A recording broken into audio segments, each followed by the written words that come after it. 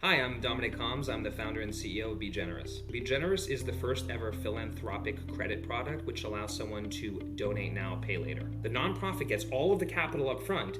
The donor gets the full gross tax deduction for the full amount without any money coming out of the donor's pocket. In fact, we're the only company in the world that can offer someone a full gross tax deduction without them spending any money. And then the donor simply pays down the donation over 3, 6, 9, or 12 months with no interest and no fees.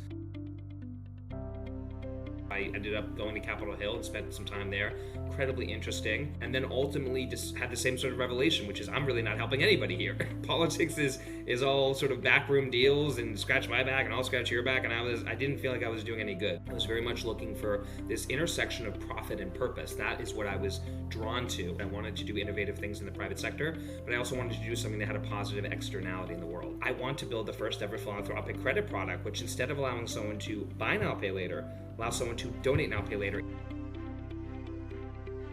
The problem that we're solving fundamentally, it's two problems. It's the time value of money problem, and more importantly, the liquidity problem. So $471 billion were donated to nonprofits last year. More than enough money to go around. The problem is how those donations are actually allocated and when they come in. So today in the United States, 40% of all donations come in the last quarter of the year. October, November, December. But let's remember, nonprofits have issues they need to deal with throughout the year, just like a business. So if I said to your business, hey, all of your money, half of your money is coming in at the last quarter of the year, well, what about the first, for 3 quarters of the year, right? So that's the first problem. You're dealing with a liquidity issue. And the second problem is that although 241 million Americans donate to nonprofits, the average donation value and the number of Americans that donate are actually at all-time lows today, even though they're very high. So 72% of the American public donate. That sounds very high. That's actually quite low. That number used to higher in the high 80s. And the average gift amount has actually decreased as well. In fact, half of the $471 billion that's donated annually comes from roughly 1% of the American public.